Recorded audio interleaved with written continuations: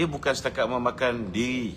Dari segi keputusan di negeri Johor ni, saya boleh jamin, kalau pergi Solo, kita tidak akan dapat mengekalkan.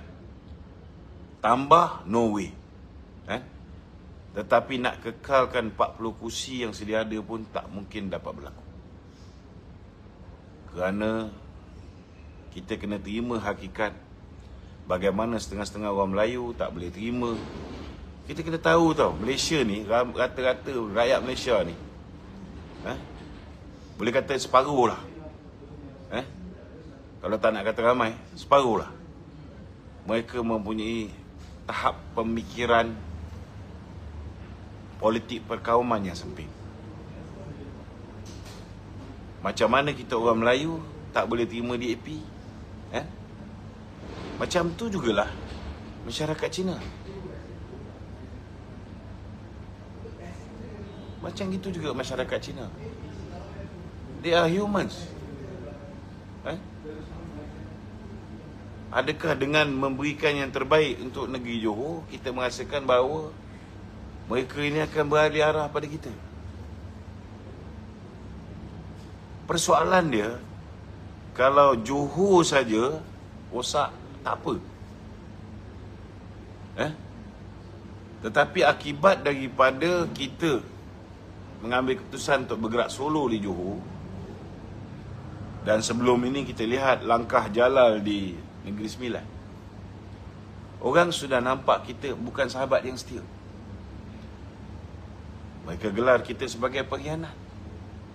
Kita nak marah pun tak boleh, sebab kita yang buat attempt untuk menukar menteri besar. Dan hari ini di Johor pula, kita mengambil keputusan untuk berjalan bersendirian, sedangkan di peringkat pusat, di peringkat persekutuan, kita bak kata orang tu bersama membentuk kerajaan.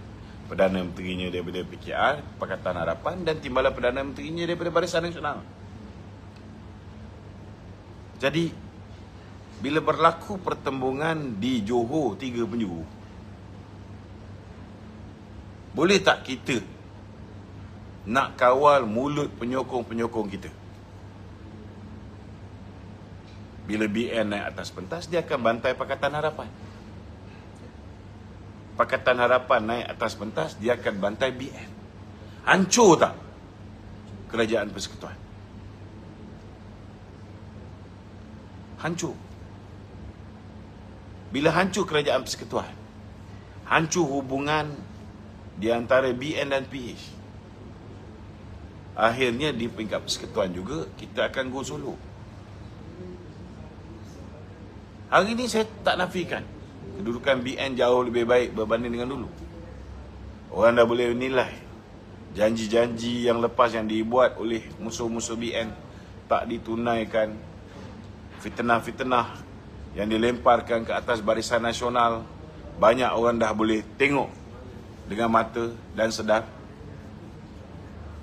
Namun kalau kita pergi solo di peringkat persekutuan, kita mungkin boleh menang 35 kursi. Masa kita lawan PH pilihan raya lepas dan PN, orang Melayu yang menyokong kita hanya 33%. Tapi kena sedar, bila kita sudah bersama dengan PH, undi Melayu kita juga merosot. Tapi adakah tiba-tiba kita tinggalkan PH sekarang ini, undi kita akan bertambah balik? Bukankah lebih baik kalau kita bekerja sama dengan kawan-kawan kita dalam PH? Mereka masih ada 11% undi Melayu, yang saya yakin tak ramai yang lari, kerana kecuali move yang dibuat oleh Rafizi ni, mungkin akan tarik sikit. Mereka masih lagi ada sokongan masyarakat Cina. Dulu 97%, sekarang maksimum pun kalau hilang pun, maksimum hilang pun mungkin 30%. Mereka masih ada 70% Melayu India, 70% Cina. Kalau kita pergi solo boleh menang 35, tetapi dengan sokongan undi Melayu yang PH ada, dengan sokongan undi India dan China yang PH ada, kita mungkin boleh menang 50 hingga 60 kursi. Tak mustahil. Taklah kita sebangsat hari ni. Ahli ada 3.7 juta. Tetapi hakikatnya kita hanya ada 26 kursi. Sangat memalukan. Sepatutnya apa yang berlaku di Sabah menjadi pengajaran kepada kita. Kita memang marah dengan GRS. GRS juga marah dengan kita. Tetapi kalau kita boleh buang ego kita, kita boleh buang keinginan kita untuk bertanding banyak kursi, kita berfikir dengan lebih realistik,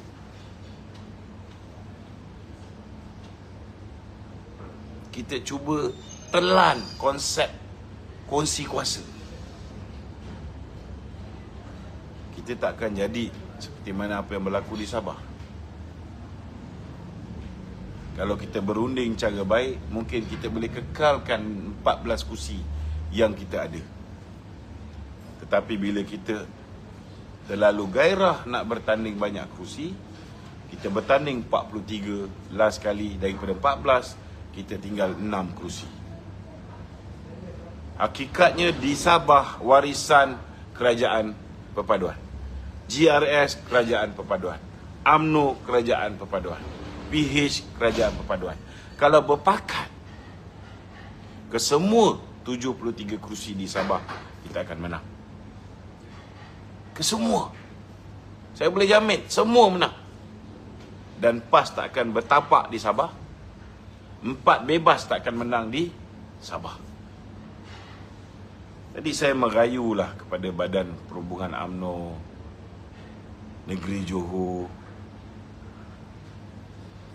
Betul bangsa Johor ni hebat. Betul sokongan untuk kerajaan Johor ni luar biasa. Tetapi cubalah elak daripada bertindih. Kalau nak pergi Solo, BN nak pergi Solo, pergilah Solo.